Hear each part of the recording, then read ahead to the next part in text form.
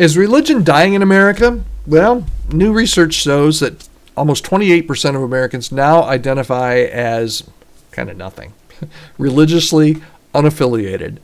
And that's a cultural earthquake for the church. But here's the thing. This isn't the end of the story. It could be our greatest opportunity, and we're going to talk about that today and why it matters for you in ministry right now. So stick around, because at the end I've got 3 practical takeaways that you can act on this week. So stick around. You're listening to the Healthy Church Staff Podcast. My name's Todd Rhodes, one of the co-founders over at chemistrystaffing.com. And today we're going to do one of those episodes where we talk, and we did this, I think, last week, where we talked about another Pew study that talked about some of the trends in religion, and specifically when it came to belief in God and prayer and church attendance and those kind of things. But today we want to talk about, this is also from Pew, but from the PRRI. I'm not sure exactly what the PRRI is, but they did this study that they recently released along with Pew. And there's kind of 4 different sections of this. I'll try and leave a link to that, and you can go and actually read the research that they released. But the first thing I want to say is that numbers don't lie, okay? So let's start with some of the hard data. And again, some of the research that was just released by Pew. Only 23% of Americans now identify as white evangelical Protestants, and that's down from about 29% in 2006. So about 20 years, not quite 20 years, we've lost about 6 percentage points, 29 to 23%.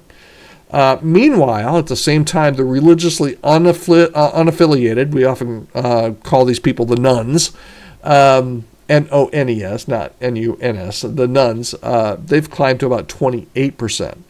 So this is the single largest religious category in America. It's not evangelical Christians, it's the nuns. And this trend isn't just a blip, it's generational. Gen Z and millennials are the least religious generations on record ever. But don't miss this. People aren't necessarily rejecting spirituality. They're rejecting institutional religion. Okay? So that's the first thing. Second thing, why people are leaving. And it's not just the culture. So let's talk about what's behind this mass exodus from the church. Researchers are quick to point out a few things in this area, okay? The first is political entanglement. And boy, we've seen this particularly the last 5 years or so. 5 to 10 years, but particularly the last 5 years. Many Americans feel religion has become too partisan, okay? And we've seen a huge influx into the church, into a lot of churches, of political and partisanship into the church. There's also an area of perceived judgmentalism where people are just feeling more shame than grace when they go through the doors of a church. And there's the irrelevance issue. You know, people don't see the church as speaking into their everyday lives. So this isn't a PR problem, okay? I mean, it is a PR problem, but it's more than a PR problem. This is really a discipleship and an engagement problem. You know, people aren't looking for slick services. They're looking for hope, and they're looking for authenticity, and they're looking for community. And we've seen this in, like I said, this isn't just a blip. We've seen this in multiple research studies that particularly younger generations, man, they're looking for that hope and that authenticity and that community. And who better to provide that than the church? Okay. Next, let's talk quickly about the opportunity in the crisis. So here's the twist. The data isn't all bad news, okay?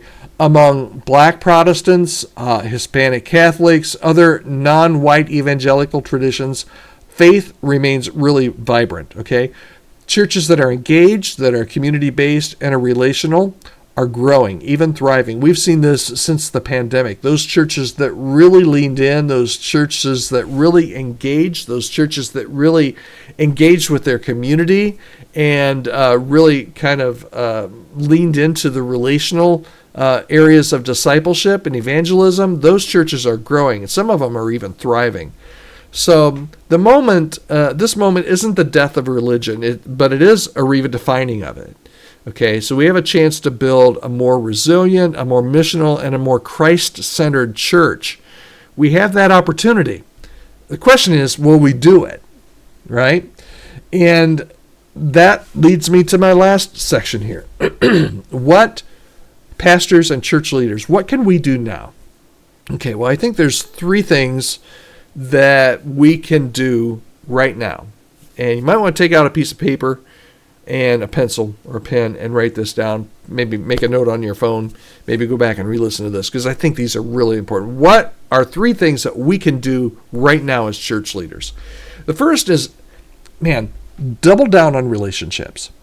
Start discipling, not just attracting. People don't need the show, they need a shepherd. Okay? So double down on the relationships, double down on discipleship and helping people take their next step.